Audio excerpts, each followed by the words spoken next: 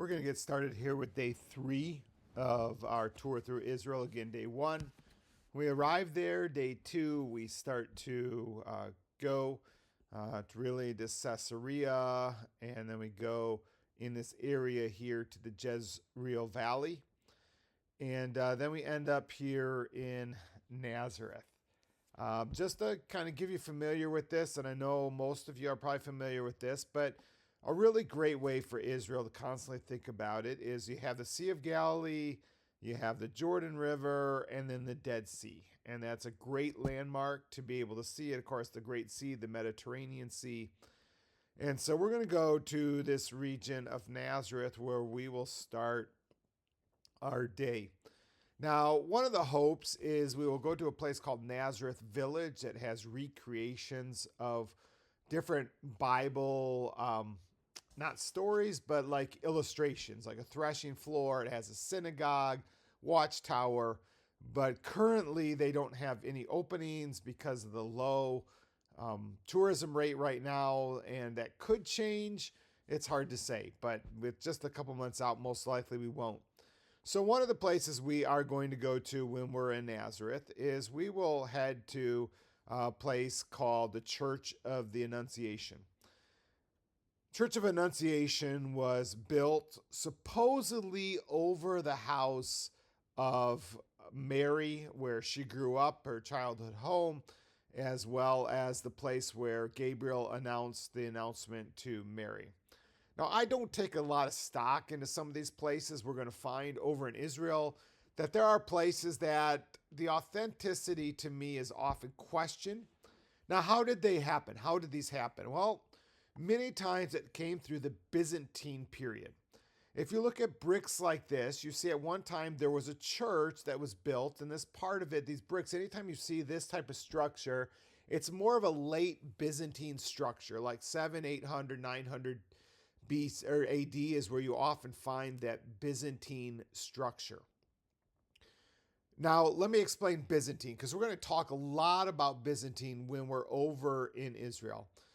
Byzantine is the period basically from around the mid 300s AD until around 900, 1000 AD.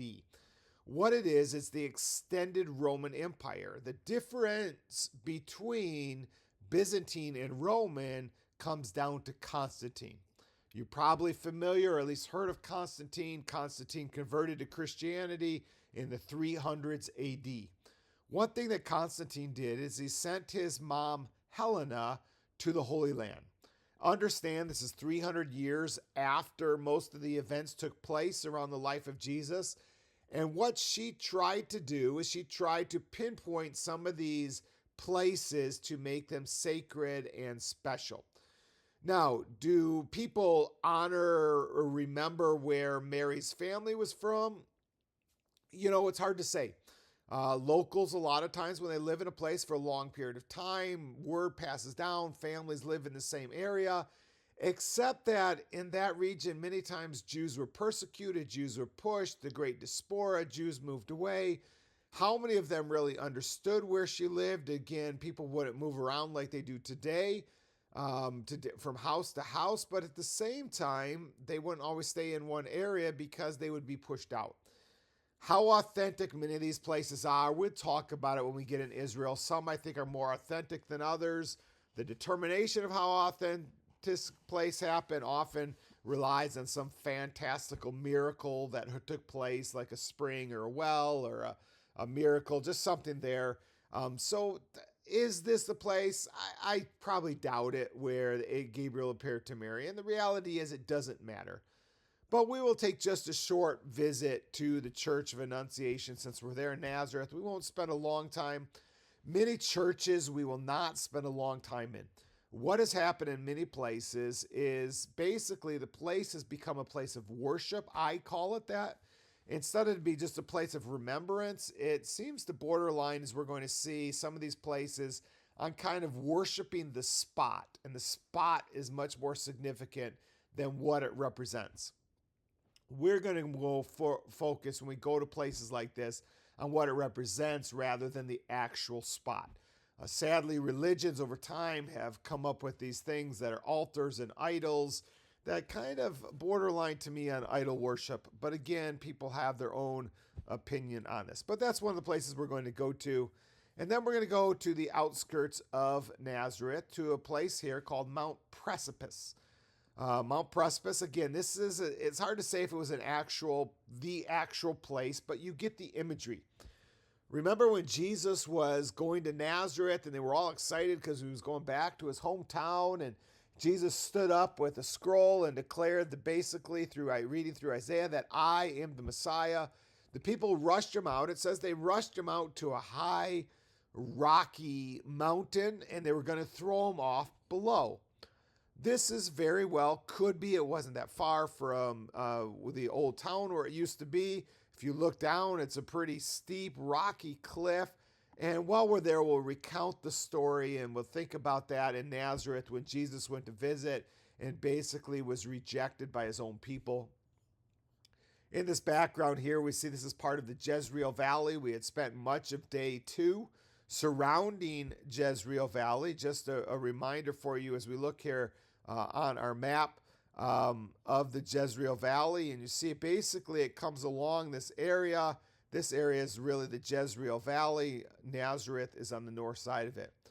One thing I do want to point out is Isaiah chapter 9 gives a prophecy about the idea of Naphtali and Zebulun and the importance of them. And we know that Nazareth is not mentioned in the Old Testament.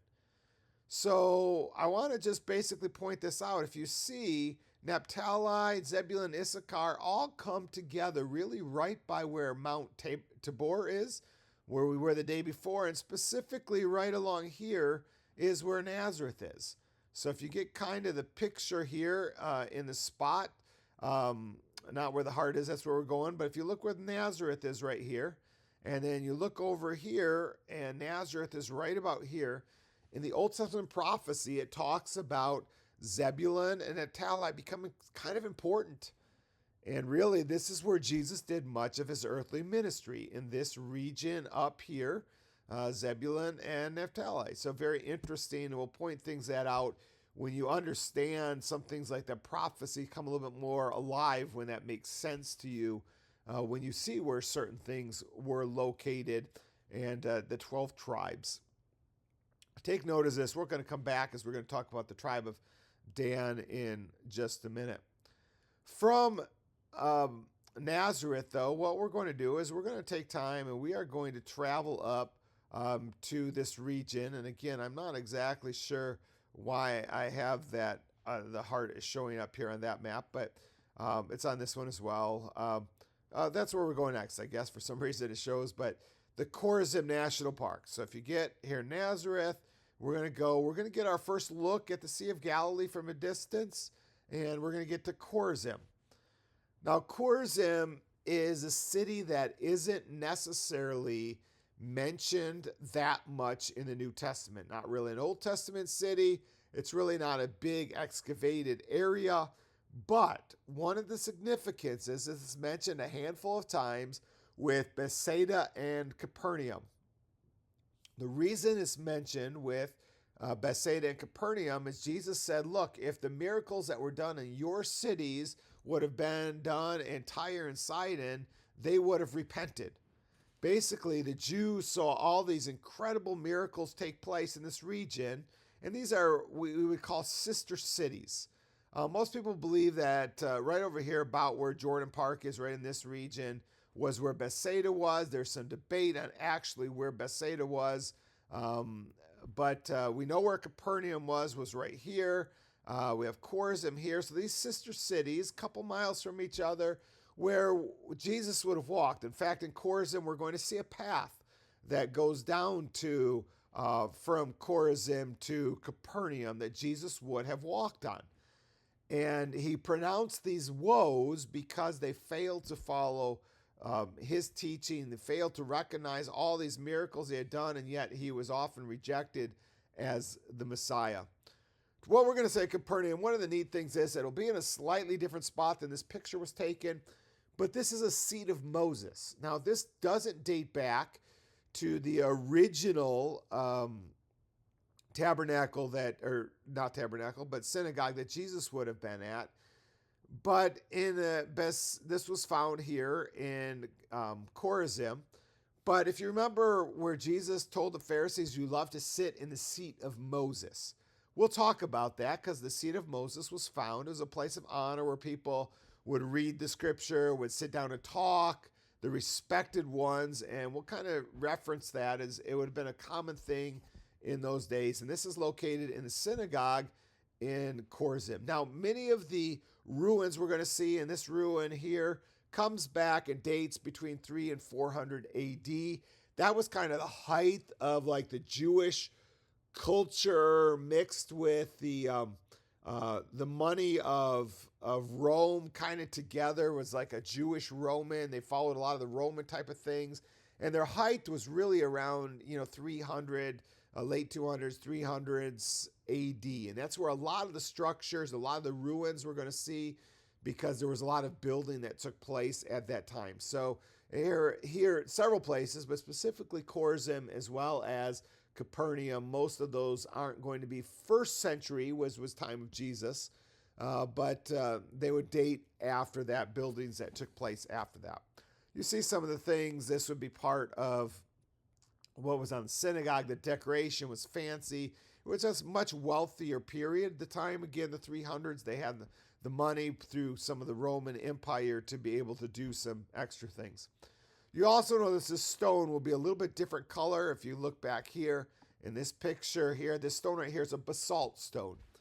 A basalt stone was basically a stone that would form after like a volcano would explode, and you'd have the lava, and the lava would harden quickly. That would make a basalt stone.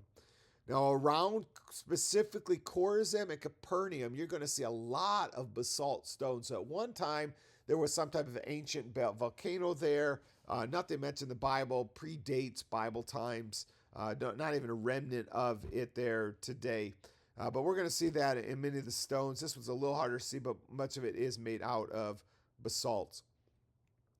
So that's where we'll be as we are in Chorazim. From Chorazim, we're going to make our way just a little bit north up what's called the Hula Valley. So if you see this region, the Hula Valley, there at one time was a lake. Lake Hula was right in the middle of the valley. Much of it today now is used for farmland. It sounds like in 1950s was the last remnant of the lake, though there are still some marshy preserves. You can go and visit several marshy preserves in the area, but most of them, most of this area is farmland. A lot of farmland. If we get a little bit closer, you will see the pictures of all the farmland here, and many places that aren't hilly in Israel. They use it as very distinct farmland. And you can't see as much here, but this is also a huge valley that goes across this region here. And it starts to get hilly, not high hills. Like this is more of cliffy high hills, where these are more just hills that come up through. And this is actually where the Jordan River comes through. It starts up here, Mount Hermon, and several spots, the Jordan, actually the roads cross. We might cross it. A couple of times we'll cross it as we go through here, though it's the upper Jordan River north of the Sea of Galilee. So we're going to go right here to Tel Hazor. Tel Hazor, one of the neat things you will see from Tel Hazor is you will see Mount Hermon. Now Mount Hermon, again, if we go to our map to give us an understanding, Mount Hermon is going to be right here. It's a snow-covered mountain sometimes. When we're there, it may be snow-covered, it may not. When Jen and I were there last year, we had gone there 1 week and there was no snow on it. And then we came back 2 weeks later, and this whole region had snow, much more snow than even in this picture the next time we came. So it's hard to say if it's going to have there. What we will see, though, is we'll see the valley. And what's this significant about? Hazor is not necessarily a New Testament, very little mention, in fact, none in the New Testament, but the Old Testament, the period of Joshua and Judges, Hazor is mentioned a handful of times. especially when it comes to battles. Joshua says that Joshua went with the people and they defeated King Jabin of Hazor. One of the things we're going to go see is what they believe was a palace of Jabin, probably during the time of Joshua. And here would be two large pillars that would stand up at the entrance of the palace. In this area here, they have actually mud bricks that they've uncovered that were part of this palace. And the base of it, again, it's a tell. Remember Megiddo, it's house or civilizations built on top of civilization. So as they've dug down, and you see kind of in the background here, there's a hill. They've dug down into this hill. And even you're going to see at this excavation, they dug down into it. And that's where they kind of date this around the time of Joshua. Just to get an understanding, again, these are artist renditions. This would be the front with the two pillars. Again, you see the two big pillars right here. And then this would be the area of the king's palace. Not a huge palace, because again, they're smaller city-states at the time, though they're saying the population could have been several thousand people, maybe even up to 100,000 people at one time. Maybe not when Joshua came in, but if you remember also, Jabin plays a factor. Now, Jabin is kind of like the idea of a pharaoh or a Herod, where people have different names for the king, because we saw a Jabin in Joshua of Hazor, but we also see a Jabin of Hazor in Judges, which would have occurred a couple hundred years later. That's a little bit more familiar story, the story of the Deborah and Barak that we talked about on Mount Tabor. Also, they go up, part of the army that went against them is Jabin, the king of Hazor. And they ended up battling him all the way. It talks about to basically the spring of Meron, which some people think is somewhere here in the Hula Valley. We don't know exactly where it's going to be. But this would have been one of the battlefields where that battle would have taken place in the book of Judges. So that's really Tel Hazor. A few other things we are going to see there is we're going to go down into their water system. And this is actually different because it doesn't have a spring that fed this, but they dug all the way down until they hit groundwater, which is fairly deep. And you'll get to see the ancient steps. In fact, some of the current steps are on top of the ancient steps that people would have gone down. This probably would not have been a regular well use, but well, that was water that would have been stored up for if they laid siege.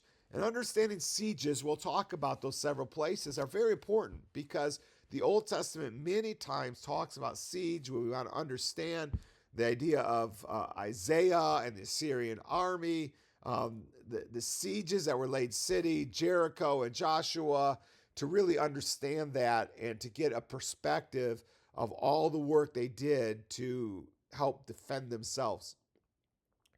Because remember, these weren't big kingdoms, they were city kind of states. And the city itself was a kingdom, and they would work then the farmland around them. People would live somewhat in the farmland, but when they'd come and be invaded by foreign armies, they would come into the city, or many times they would go out from the city in the daytime to work the fields and come back into the city.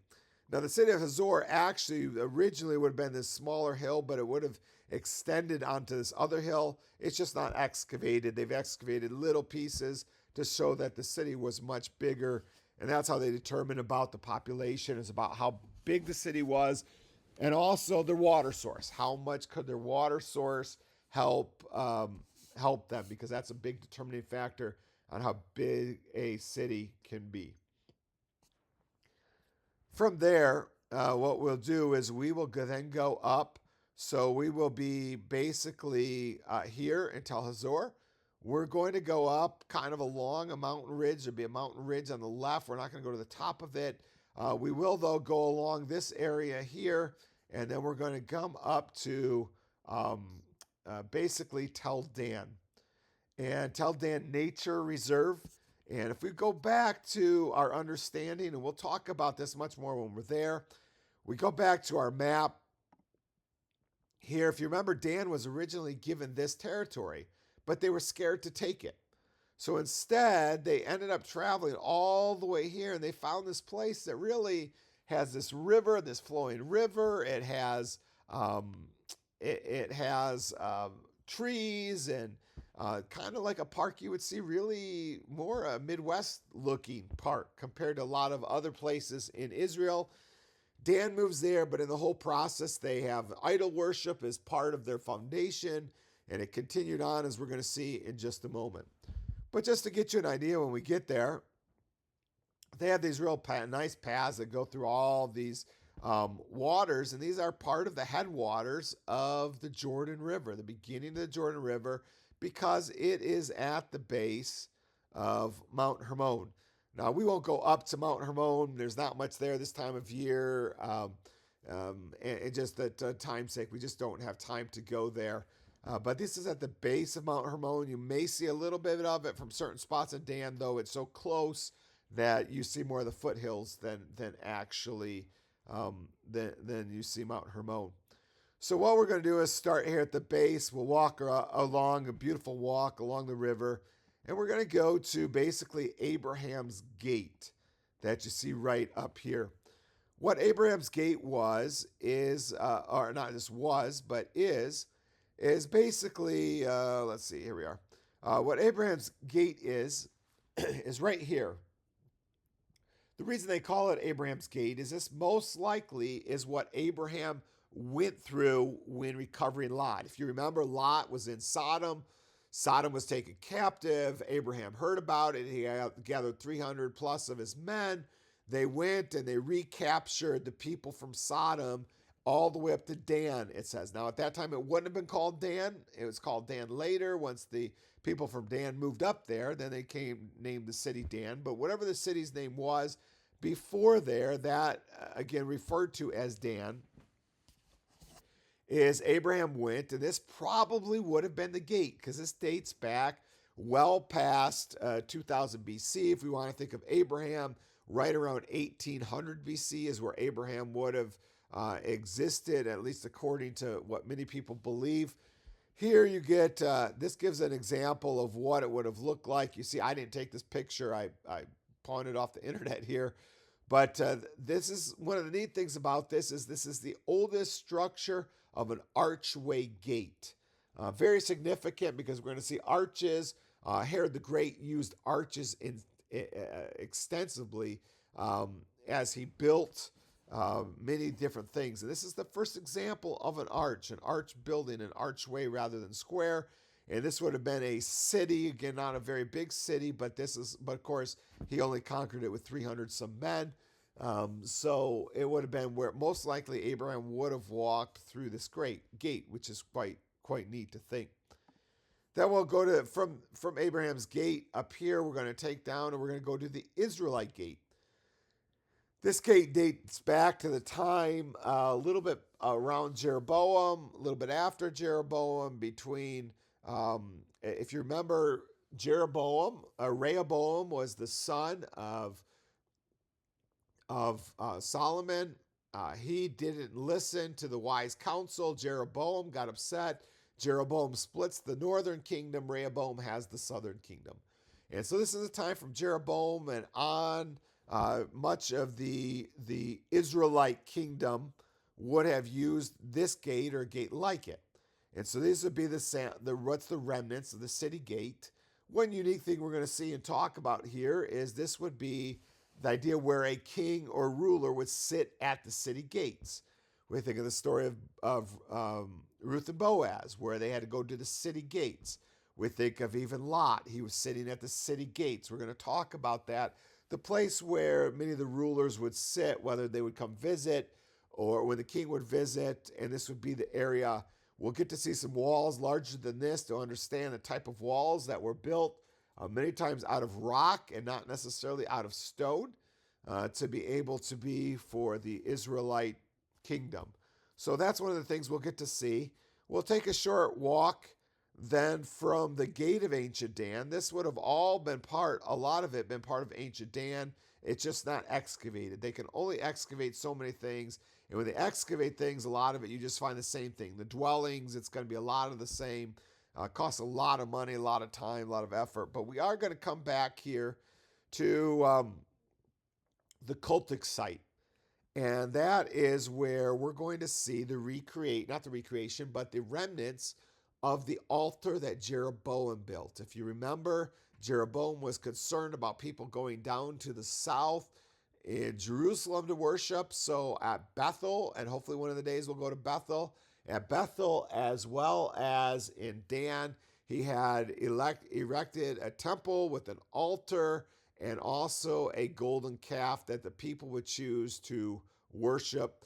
Many times in the New Testament, it refers back to the abomination that Jeroboam had committed. And he committed that by establishing idol worship and emphasizing idol worship. This here is where their altar would have been. We'll go up some steps up here to be where their temple would have been.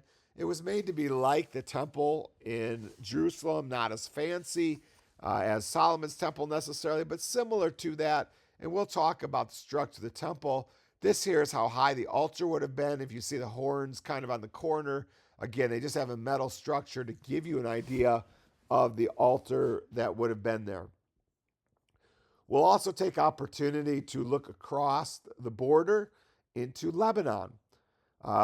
Just, we are going to be driving some places really close to Lebanon, but don't worry because, again, you don't even see cities here. There's a couple cities that when you're live there, you'll see them in the distance, but this is a very lightly populated area of Lebanon because it's a very mountainous region.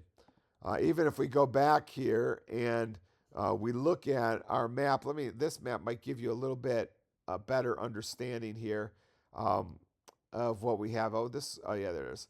So the border lines here we have right here, this is the Lebanon border. We're actually north of the Lebanon border, but south of this Lebanon border. Over here is the border of Syria. So we're going to be really close to the border of Syria, Lebanon, and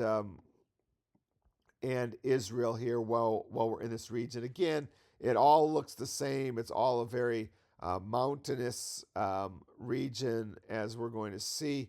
Now, let me get you to terrain that gives a better understanding of Mount Hermon. We'll be at the base of Mount Hermon, and much of this here in Lebanon is a very hilly region, very scarcely populated in these regions of Lebanon. So after we go to Tel Dan, we're going to take just a very, very short drive, 2 or 3 miles and then we're going to go to Banyas Falls, or Panyas. And if you read in your book, you understand a little bit why it's called that. Originally, it was the idea of the worship of the god Pan. Now, he was somewhat the god of fertility, but also has a lot to do with the underworld. All the gods kind of are related somehow in Greek mythology, Roman mythology, and have this relation to the underworld and fighting against each other and working together. And I'm not at all an expert in Greek or Roman mythology, but this area of Panyas, but we would know it more as the area of Caesarea Philippi in the New Testament term. And the reason it's called Caesarea Philippi is because if you look over here, Herod Philip built this in honor of the Caesar at the time. Herod Philip was one of the sons of Herod the Great, and he took this small area that was used probably because it had the river, and there was a little town at the time because they did back in the 200 BC or so start to worship the god Pan, but he then turned it into basically a Roman city where his palace was, that he would rule from the north. Remember, when Herod the Great died, it was divided into 3 kingdoms. We have, Judea, and then Galilee, and then up in Perea. And one of the maps that you see, and we'll talk about this when we're there, but in your booklet, it shows the different regions that the Herods ruled over. So this is kind of an overlook. We're going to get to see this river. This basically comes out of the rock. We'll see that in just a minute. But what we're going to see is a little bit this right here. It's not much to look at today, but this is very significant. It's like a big cavern or a big hole that's in the rock. Now, this is a much more close-up. It's caved in over the years, over earthquakes, but it used to be apparently a very deep hole. and possibly there came smoke out of it. It was the idea that this was like the underworld and a gate to the underworld. So the idea of gates of hell would be a very understood reference here. Well, this is significant because when Jesus was at Caesarea Philippi, he asked the disciples, "Who do you think I am?" And basically they said there, "You are the Christ, the Messiah, the fulfillment of the Old Testament prophecy." And that's where Jesus promised that they were right. And on the rock, he said, "I'm going to build my church, and the gates of hell will not prevail against us." He was here in Caesarea Philippi somewhere, and he's using the term the gates of hell, which many would understand the worship here at this time. This is a little bit later. This is around 200 AD, so all this wouldn't have been there. But right here, you see the hole that would be in the wall. There would be a temple in front of this area. And again, it would have been a deep hole, perhaps steam coming from the ground. We don't know at that time, not full record of it. So this would be the temple to the god Pan. But one of these temples was also to Zeus. There's a variety. We'll talk with that with each one and point out what they were.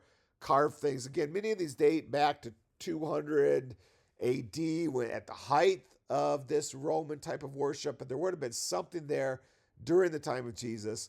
The other significant thing is it was after this time that Scripture said he set his face like a flint to head towards Jerusalem.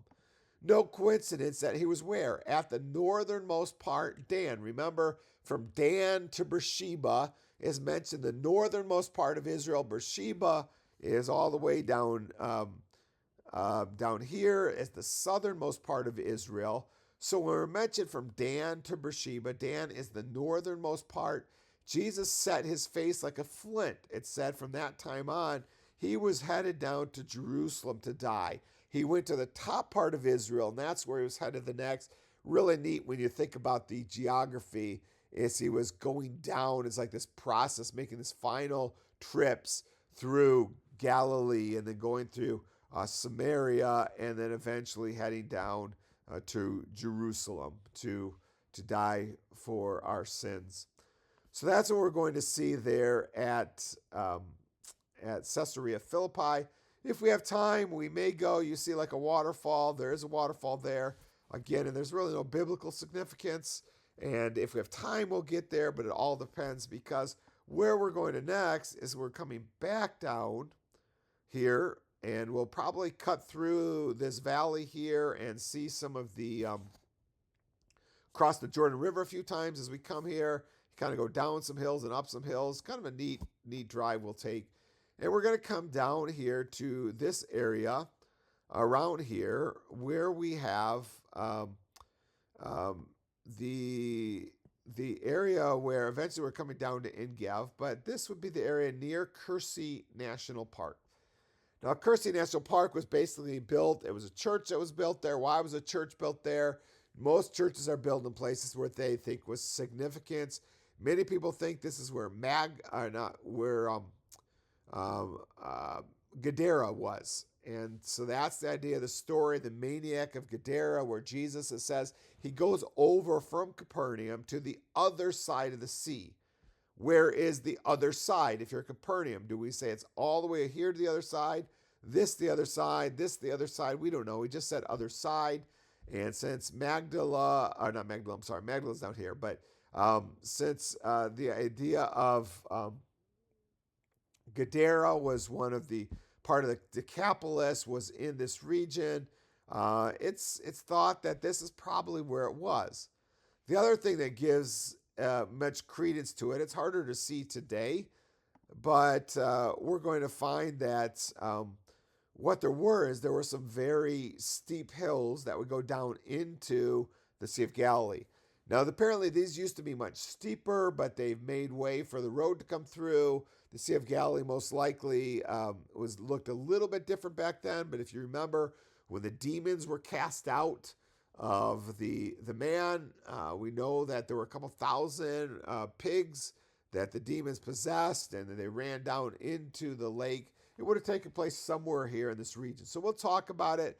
Again, we don't know the exact place where it would have taken place, but there's credence to that it could be here. Again, we don't know, but just gives you a general picture and general idea. Then we're going to go down to En-Gov. Nothing really biblical significant about En-Gov, but what we are going to do while we're down there at En-Gov is we're going to take a ride on this boat. It's a worship boat. In fact, there's our the captain of it back here's Daniel. He's a believer. He'll be playing worship music while we're out there and get to ride on the Sea of Galilee.